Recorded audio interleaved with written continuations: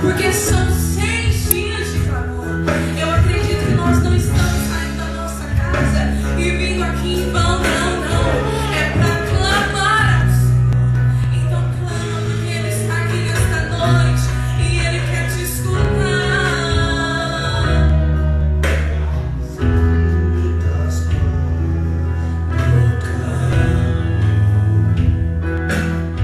E acalma meu pensar.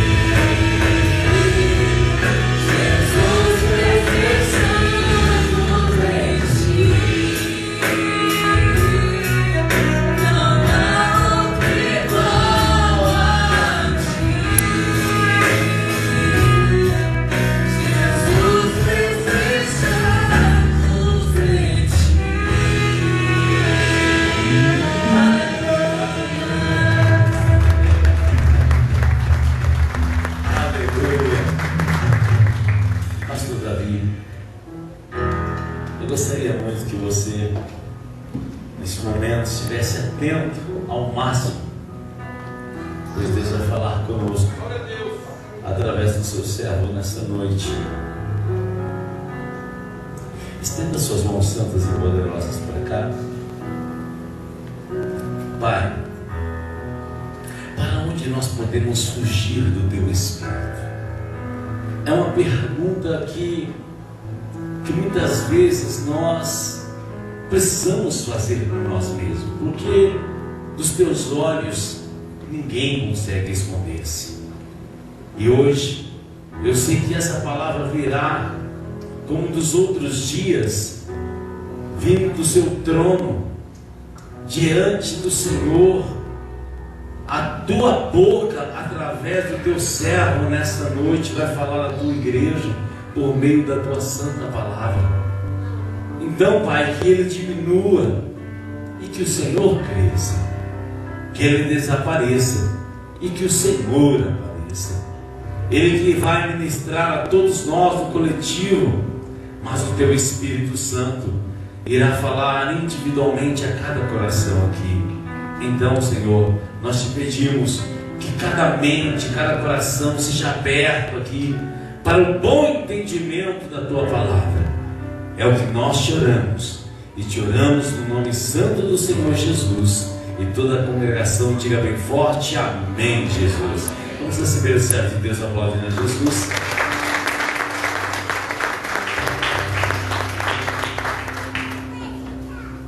Boa noite, irmãos, a paz do Senhor Jesus, amém? Amém. Os irmãos podem aproveitar que você não é para falar de graça hoje? É minha graça, é comigo mesmo.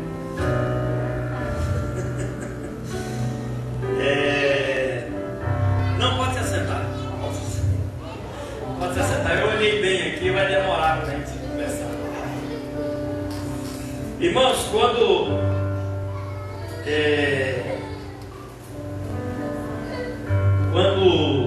lançou-se a lista dos pregadores que o pastor organizou, era outro pastor que deveria estar pregando aqui nessa noite. Mas eu olhei para o tema e falei: Jesus, eu queria tanto pregar esse tema. Eu fiquei pensando comigo, né? Mas eu bem podia pregar na sexta-feira e pregar esse tema. Quem ia pregar era o pastor Tiago, e eu ia pregar na terça e o pastor Tiago na sexta. Mas Deus muda. Amém? Deus muda. Por quê? Aí eu não sabia que era novembro, porque novembro é o mês do meu aniversário, né? Então eu estou pregando, profetizando para o meu mês. Amém? Então, se você faz em novembro, você tem a honra de fazer aniversário junto comigo. E logo quando eu vi, eu vou falar alguma coisa a respeito do que Deus ministrou ao meu coração. Mas quando eu vi 21, eu fiz uma conta. Então, me ajuda a pregar. O que é graça? Nós já falamos aqui, o pastor falou algo no começo, mas eu queria amplificar o conceito de graça. Graça é favor imerecido, é algo que você não merece, mas você recebe. Quando você vai no mercado e encontra um produto e tem assim, grátis, 100 ml, aqueles 100 ml você não merece, teoricamente, você não está pagando. A gente sabe que não é assim, teoricamente. Suponhamos que seja assim. Aqueles 10% do produto, 20%, 100 ml, 200 ml, é o que você não merece, porque o preço é daquilo que você está pagando. Aquilo ali é graça, o conceito mais fraco da palavra. Mas o conceito mais forte da palavra graça é tudo dado a quem nada merece. É você receber o bem no lugar do mal que você merece. Meu Deus. Porque todos nós merecemos a morte. Todos nós merecemos o inferno. Todos nós merecemos a condenação. Mas o Evangelho de João, capítulo 3, verso 16, diz assim: Deus amou o mundo de tal maneira que deu o seu Filho unigênito. Isso é graça. Para que todo aquele que nele crê não pereça, mas tenha a vida eterna. Isso é graça. É a oportunidade que Deus dá ao homem de se, na linguagem mais simples, de se livrar da condenação que lhe é merecida. Irmãos, não tem nada do que você possa fazer que vá fazer Deus deixar de te amar. E não há nada que você possa fazer mais nem menos que vá fazer Ele abrir mão da sua vida. Isso é graça. Graça também é a perfeita realização. Abra sua Bíblia em João capítulo 1, verso 17. Eu estou tentando pregar.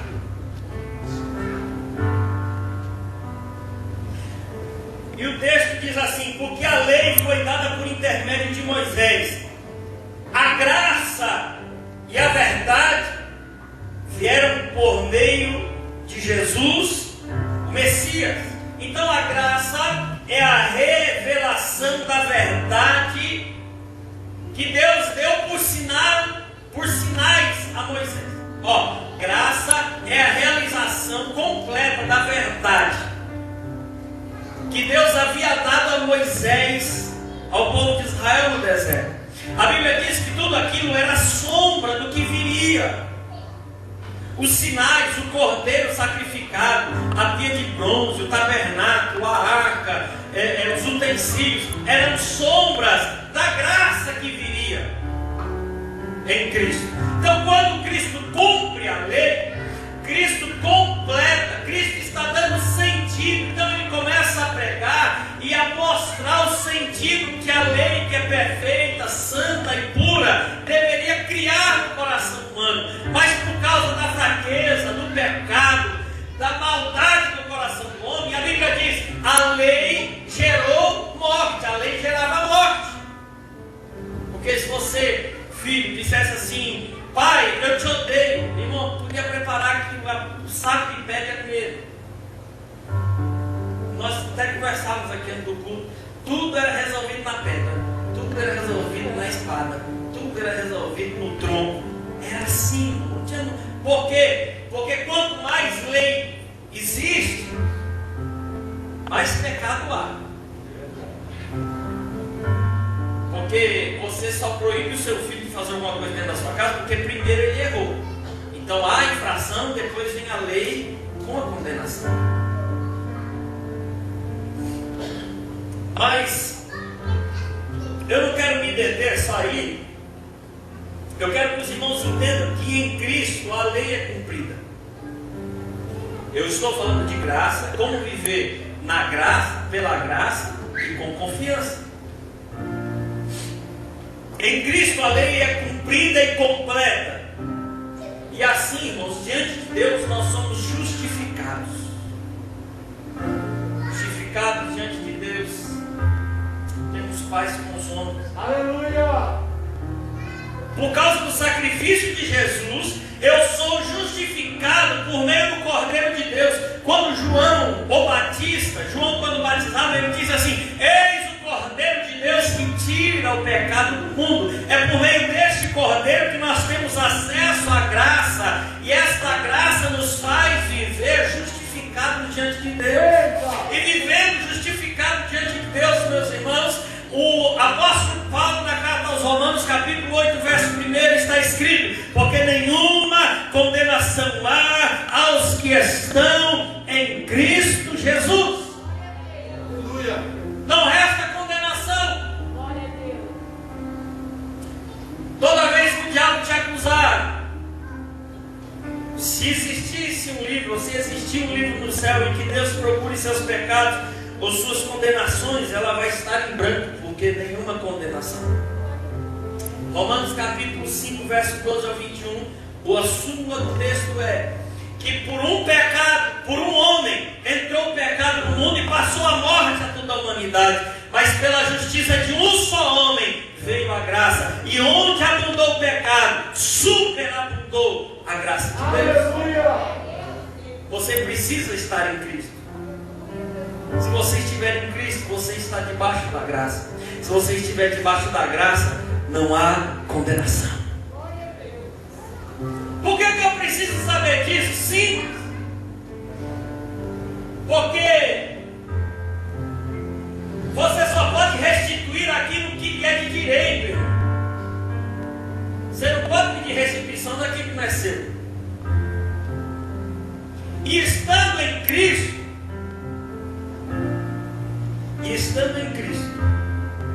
você precisa entender uma coisa: que todas as coisas te pertencem.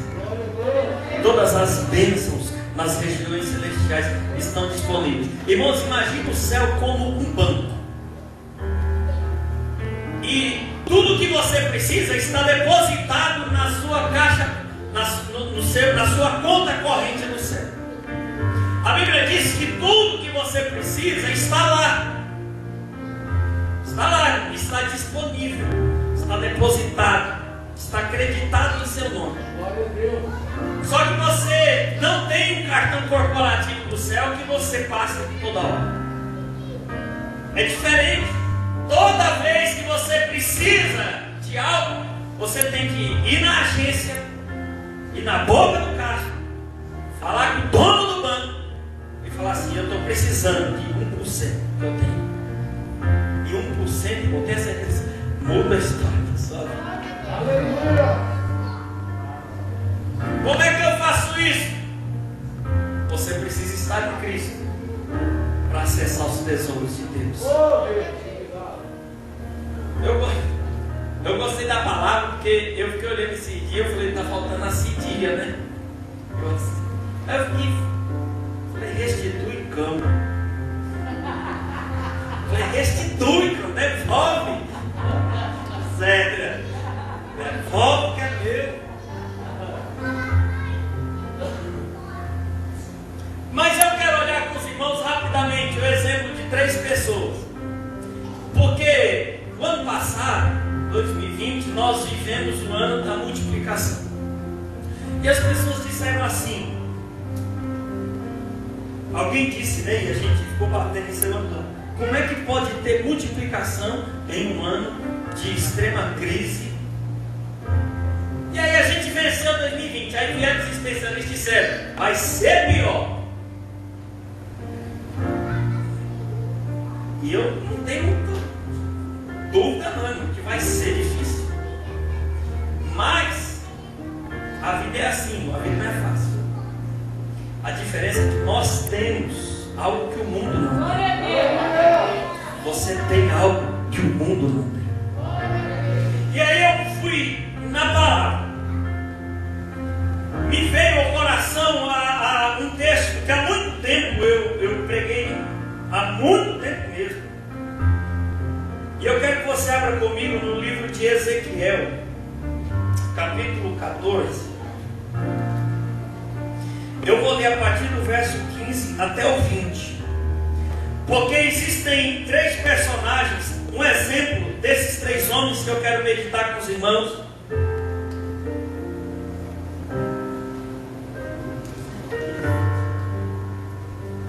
E estes 3 homens são um modelo de servos de Deus que encontraram em Deus graça.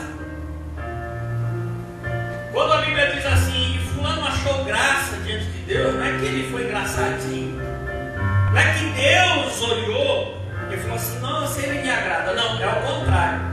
É que o fulano, na maneira de viver, Deus se agradou. Ele encontrou graça em Deus. Então eu quero falar de 3 homens que encontraram graça e que nos ensinam também sobre confiança. E a confiança, irmãos, no idioma hebraico, ele está intrinsecamente ligado à fé. No hebraico,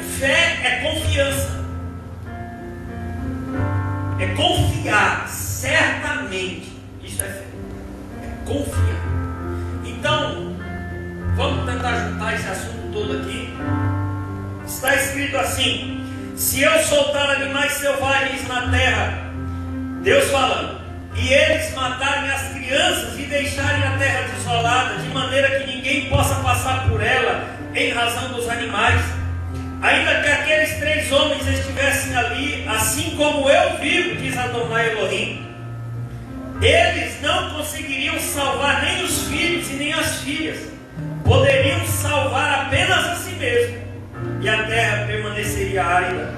Ou ainda, se eu trouxer a espada sobre aquela terra, dizendo, deixe que a espada passe por esta terra, de maneira que eu elimine tanto os homens quanto os animais, ainda que aqueles 3 homens estivessem nela, assim como vivo, diz Adonai Elohim, eles não salvariam nem filhos, nem filhas, mas apenas a si mesmos.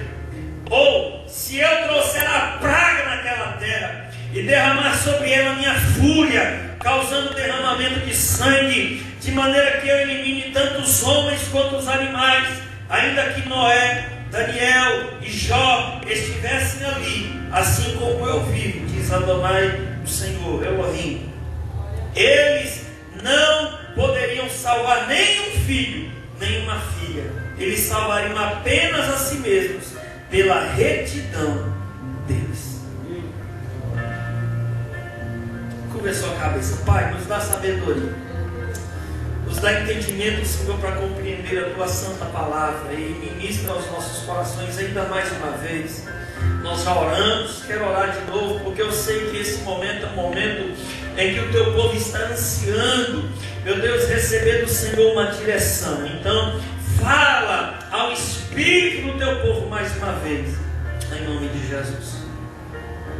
Deus disse assim: se esses 3 homens estivessem no meio de todas essas situações, toda a humanidade morreria, toda a cidade poderia ser dizimada. Se esses 3 homens estivessem, somente eles escapariam e não conseguiriam livrar nem os seus filhos.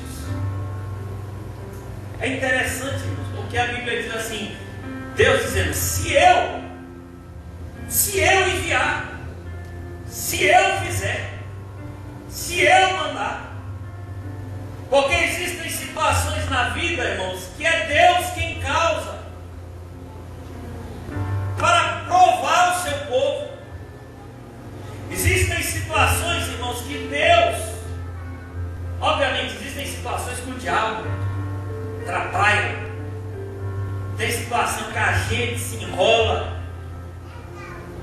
e tem situação que é Deus quem causa. Hoje alguém perguntou para mim assim,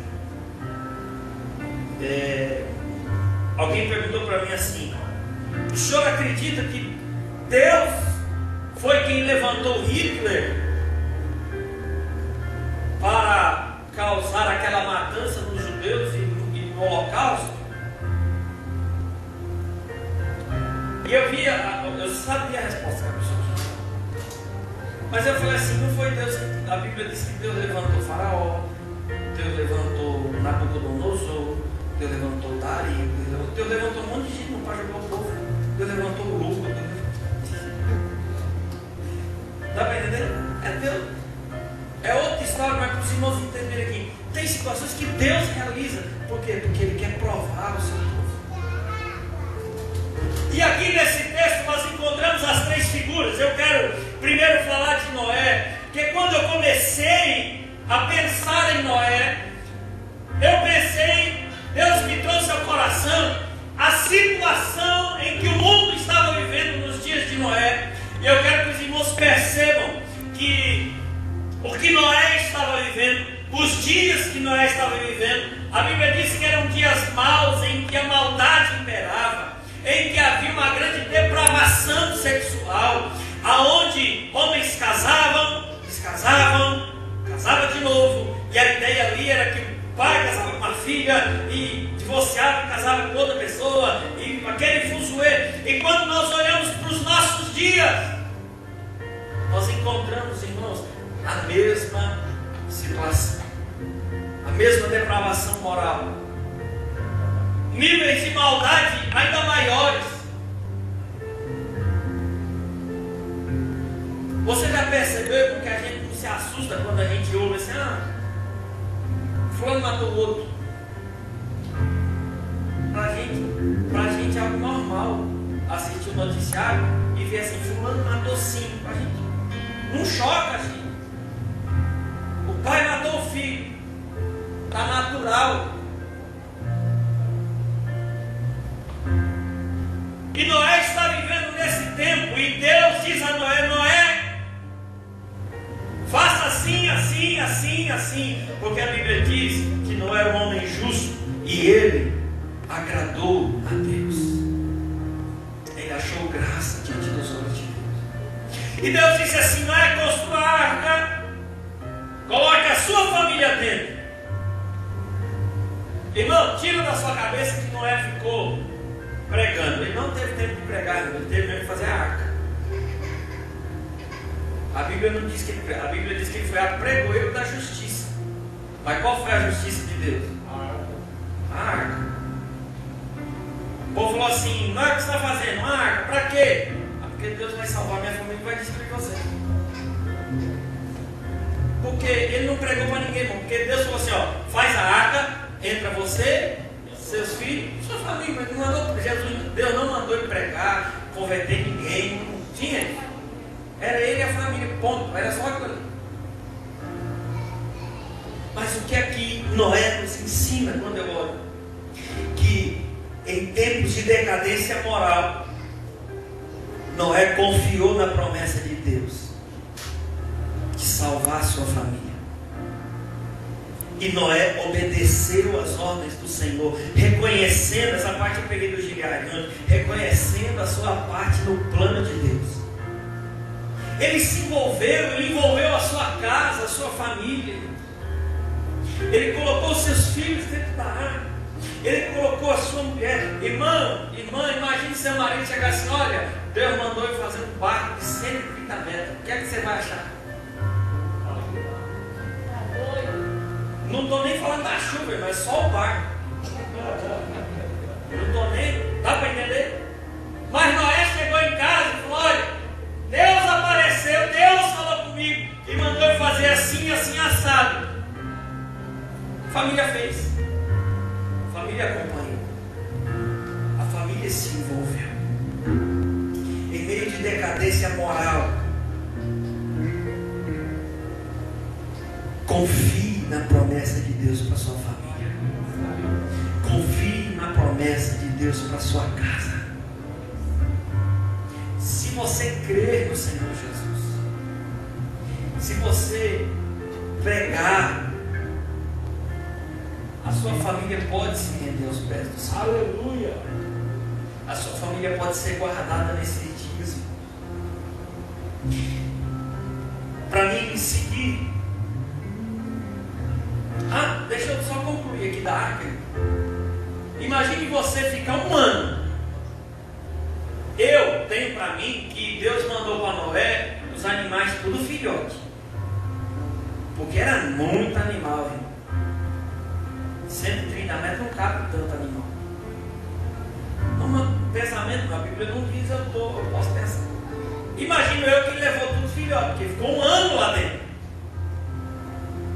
Agora imagina, irmão, um ano lá dentro, bicho fazendo xixi lá dentro, bicho fazendo serviço todo lá dentro. Quer dizer que por mais que limpe, irmão, é madeira, suja, cheira mal, dá vontade de sair de dentro da arca. Falou, vem embora.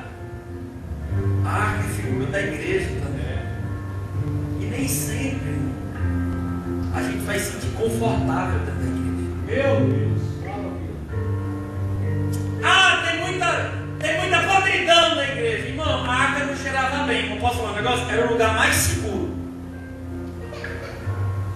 Um dia, eu conversando com um empresário, ele disse assim, eu não estou na igreja porque eu passando prego que eu gosto. Desse jeito. Eu falei, então abra a igreja para você. E não vá nela, porque se for vai dar problema. Eu não vou para a igreja porque tem muito problema, tem muita coisa errada. E tem mesmo, irmão. Se não vida torta aqui, a gente vai trabalhar com vida torta deve ser mesmo, né? O primeiro vida torta deve estar falando da vida torta dos outros. Eu entendo. Talvez a mulher de Noé se enjoou daquilo ali, todo dia ter que limpar, todo dia manutenção, todo dia bicho para cá, bicho para lá. Talvez ela fosse lá para fora, saía na casinha, na porta lá, e falasse assim, eu vou embora. Aí ela vai lá e falou, vou embora para onde? O lugar mais seguro é na arca. Não saia da arca. Não saia da igreja. Não saia do meio do lugar que Deus te colocou, porque pode até te incomodar, mas acredite, é o lugar mais seguro para a sua vida. Se você não quiser, se você quiser um lugar que ninguém te incomoda, irmão, só no cemitério. De noite, porque de dia tem que ouvir. Segundo, primeiro, Noé confiando em Deus em meio à decadência moral. A Bíblia fala, Deus disse que se Daniel estivesse, por que Daniel? Porque Daniel confia em Deus. Olha isso aqui, irmãos. Daniel confia em Deus, no controle de Deus, em meio a toda a situação política e aos decretos do rei. Mudou-se o rei, era Belsazar, agora é Dario, Medo Persa. Daniel volta a ser o servo do rei, mas de repente alguém faz um decreto. Ó rei, emita um decreto na lei dos medos e dos persas, que durante, olha aqui irmão, que durante 30 dias ninguém ore a nenhum Deus, a não ser a ti. Parecendo um decreto. Daniel, irmão, não se intimidou diante dos decretos políticos do seu povo. Em meio aos decretos do rei, aquilo não alterou a sua fé. Ele continuou crendo em Deus, ele continuou orando, ele continuou exercendo a sua comunhão com Deus. Ah, pastor, a moda agora é o Covid, a moda agora é os decretos. Ei, irmão, deixa eu te dizer uma coisa, não deixe que os decretos de governo, de município, de estado, e não estou pregando desobediência civil não, fica tranquilo, mas entenda, não use disso para desculpa, para você se afastar de Deus. Não use disso para você dizer assim, não, eu não posso. Eu não gosto nem de ficar falando disso aqui, irmão, porque Daniel, o rei disse assassinou, não pode orar. Ele foi orar no lugar que ele sempre orava. Ele não foi orar escondido, ele orava na casa dele, com a porta virada para Jerusalém, mas ele permaneceu orando. Alguém chegou, os amigos X9 dele foram lá e falaram para o rei. Lógico, a gente sabe o contexto que era uma emboscada para pegar Daniel, mas isso não fez com que Daniel alterasse a sua vida de comunhão com Deus. Não deixe que os dias de 2021, irmão, porque os decretos não vão acabar. Entende isso aqui? Os decretos não vão acabar. O álcool gel não vai acabar, irmão. Essa patifaria que estão fazendo de arco-íris no estado amarelo, um dia laranja, no outro vermelho, no outro verde, no outro azul, no outro, isso vai perdurar. Mas não deixe que isso atrapalhe a sua vida de comunhão com Deus. Daniel não confiou nos decretos do rei. Daniel confiou em Deus. E por isso, ele foi orar. Para me encerrar, a Bíblia diz que se Jó estivesse lá, e Jó é um homem, irmãos, que nós estudamos ele aqui muitas semanas, mas Jó é alguém que confiou em Deus e no seu socorro. mesmo com todas as situações sendo contrárias para a vida dele. Ele acha graça diante de Deus, a ponto de Deus testemunhar dele nas regiões celestiais. Ninguém há na terra semelhante a Jó, nem a Abraão, que era do mesmo dia. E aí nós sabemos da história, Jó perde toda a família, todos os filhos, toda a descendência, nora, neto, devia estar tudo na mesma festa. Perdeu toda a família, restou a esposa. Depois, perdeu as finanças no mesmo dia. Empresa, negócio, investimento, bolsa, poupança, emprego. No mesmo dia ele perde as finanças. Dias depois ele perde a saúde. Mas ele não perde a fé. A fé permanece inabalável. Aleluia! Seja com coronavírus, seja com a gripe, seja com a dengue, seja com que praga for, ele permaneceu fiel, confiante que Deus viria ao seu socorro. Eu sei que o meu Redentor vive, e por certo ele se levantará em meu favor. Glória a Deus. 2021 é um ano de restituição, mas 2021 também é o ano da graça, da manifestação da graça de Deus. Quando eu disse para os irmãos que eu somei rapidamente, quando eu fiz a arte, nem prestei atenção, mas quando eu vi o texto, eu somei, irmão, 2 mais 2, 2 mais 0 é 2, 2 mais 2, 4, 4 mais 1, 5. 5 na Bíblia é o número da graça. 4 é o número do homem completo, e 1 é o número da unidade de Deus. É o homem diante de Deus. Mas o 5 é o número da graça. Na quinta vez que Noé é citado no texto, vai dizer assim: na quinta vez que Noé achou graça. Na quinta vez que Ruth está nos campos de Boaz, na quinta vez que aparece a citação no livro de Ruth, vai dizer assim: e Ruth achou graça. Se você ler, pegar a palavra graça, tem 5 letras. Se você pegar o nome de Jesus, tem 5 letras. Se você pegar o nome de Yahvé, tem 5 letras. Se você pegar os 5 ministérios, estão na palma da mão. A manifestação da graça. 5 são as virgens insensatas, e 5 são as virgens prudentes. Todas as vezes, irmãos, é que nós não nos atentamos aos números da Bíblia. Toda vez que algo aparece ligado ao número, geralmente tem uma manifestação de Deus. Esse é o ano de Deus manifestar a sua graça, manifestar o seu favor, derramar sobre você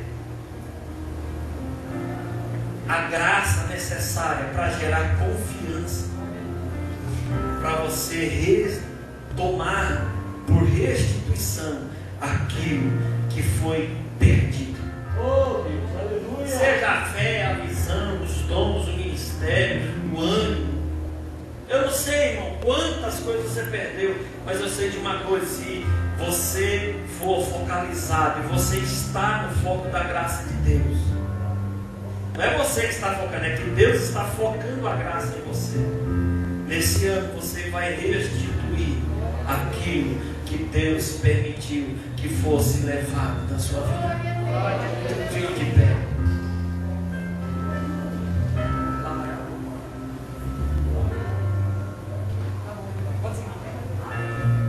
Feche seus olhos. Deixa eu só cantar essa canção. Vai volume. Ao tomar-me em teus braços, tu me deste salvação. Teu amor coração. Não sei como agradecer. Não sei como agradecer-te pelo que tens feito a mim. Só me resta dar-te agora minha canção.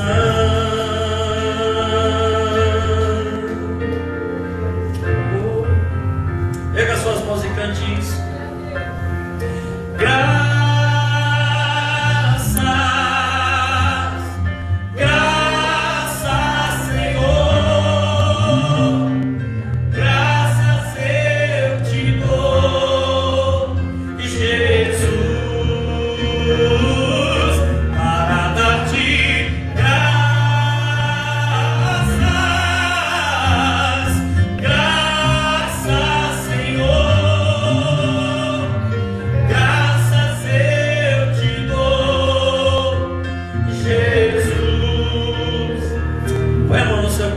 Pai, eu oro com os meus irmãos agora, Jesus. Obrigado pela graça que o Senhor derramou, que o Senhor manifestou. Obrigado, Deus, porque o Teu Espírito nos conduz de fé em fé, de glória em glória, nos conduz à graça, nos conduz, meu Deus, à salvação. Obrigado, Senhor, porque em meio a tantas dificuldades, em meio a tanta depravação, meu Deus, moral, meu Deus, em meio a tantas dificuldades governamentais, em meio, Senhor, a tantos empecilhos para te servir, o Senhor tem mantido este povo firme, fiel, e nós oramos, Senhor, nessa noite, pedindo a Ti, derrama sobre nós graça sobre graça, graça sobre graça, meu Deus, e que 2021, o ano do manifestar da graça, o ano do manifestar do favor, seja, meu Deus, o ano em que o Senhor vai restituir a este povo, vai restituir a essa igreja, vai restituir a esta casa, vai restituir este homem, vai restituir nesse ministério, vai restituir nessa família, nessa empresa, nesses negócios, Senhor. Restitui, oh Deus, aquilo que o gafanhoto consumiu, aquilo que o diabo levou, aquilo que deixamos perder, mas que agora nesta semana o Senhor nos abriu os olhos e percebemos. Restitui em nossas mãos, Pai, e nós declaramos que a Ti serviremos, que em Ti confiaremos e a Ti, meu Deus, amaremos. Aleluia. Você pode cantar mais uma vez. Para dar-te graça. Pega a sua voz e cante. Graça, Senhor, graças eu te dou, Jesus, para dar-te graças, graças, Senhor, graças eu te dou, Jesus. Você pode aplaudir a Jesus nessa noite? Aleluia! Deus abençoe a sua vida, Deus abençoe a sua casa, Deus derrame graça sobre você, em nome de Jesus, pastor. Aleluia. Interessante que às vezes nós ficamos meio duvidosos daquilo que Deus fala. E quando Deus fez descer ao meu coração sobre restituição, eu de primeiro momento eu falei, Senhor, mas como restituição? O teu povo está longe do Senhor. Se o povo for mais abençoado, mais longe de ti ficarão. E aí Deus falou, não, primeiro vocês vão restituir o culto a mim, e eu não me ative ao número, graça, que nós restituamos a Deus tudo que roubamos de Deus, precisamos receber graça. Sem graça não dá, sem a graça não dá. A hora que nós recebemos a graça, restituirmos ao Senhor, Ele abrirá os seus bons tesouros, o céu, e mandará chuva temporária seródia ao seu tempo. E a terra dará novamente o seu fruto.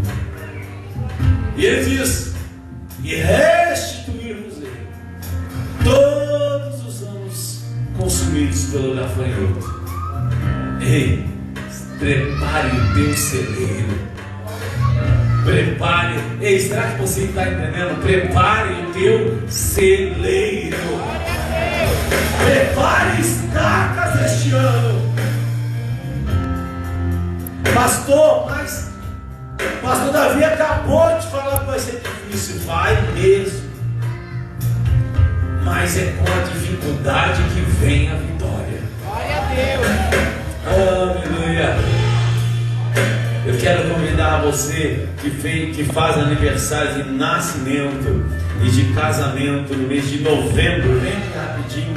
Queremos orar por você, abençoar a sua vida rapidamente. Todos aqueles que fazem aniversário de nascimento e casamento no mês de novembro. Só 2 pessoas só? Eu aqui, ó. Ah, é, pastor Davi, 3. Mais alguém? Onde estava a semana toda? Vamos orar? Estenda suas mãos santas para cá. Pai, aqui está seus 2 filhinhas, mais o seu filho, o pastor Davi. Pedimos que o Senhor vá agora de encontro ao mês que eles completam mais uma primavera. Que o Senhor venha abençoá-los. Que o Senhor venha preparar tudo de bom e de melhor para eles no seu aniversário. E que a tua graça, a manifestação da tua graça, seja sobre eles. Em nome do Senhor Jesus nós te oramos e te agradecemos em nome de Jesus. E todos digam amém. Vamos aplaudir bem forte o Jesus pela vida da Senhora.